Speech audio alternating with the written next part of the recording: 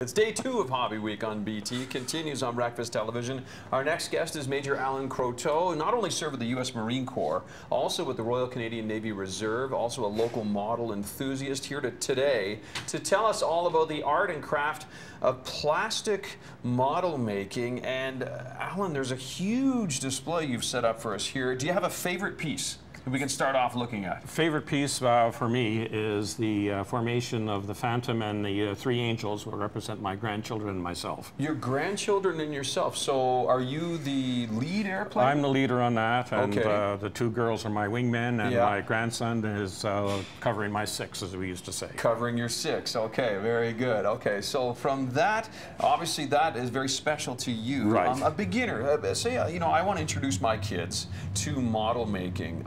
You were suggesting that this airplane here was quite simple, quite doable, right? Right. It's basically a snap kit. You can just snap it together, which is this one right here. Very inexpensive. You know, under $15. All you basically do with the kit is you take the pieces off. Take the pieces off, and you got the little.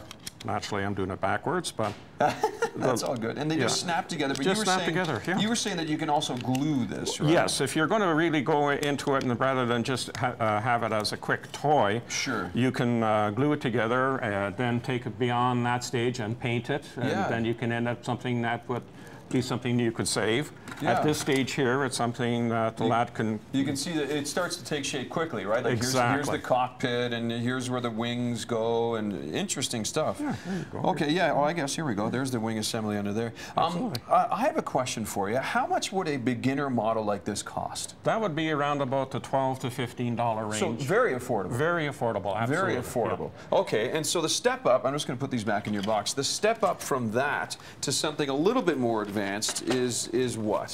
We would go into something similar to one of these kits here, the replica of Willie McKnight's Hurricane, Willie McKnight being McKnight Boulevard. Oh, yes. And they would range between $25 to $45, depending upon how elaborate they are. Okay, and again, this does not come with this paint, no, like the camouflage. This one here, you do that. Okay. That's a little bit more advanced. Okay, whoops. And now moving up from that is to this. Well, you can go into the boats, or definitely the cars, or the armor. The armor is, as far as I'm concerned, the most complicated. The toughest. There's a lot of little fiddly things on it. Okay, this is the Bismarck that you said you really enjoyed. And the armor, now why is the armor a little bit tougher? There's a lot of small little parts on them. Some of these new armor kits are coming out with photo etch parts, which makes it a little bit...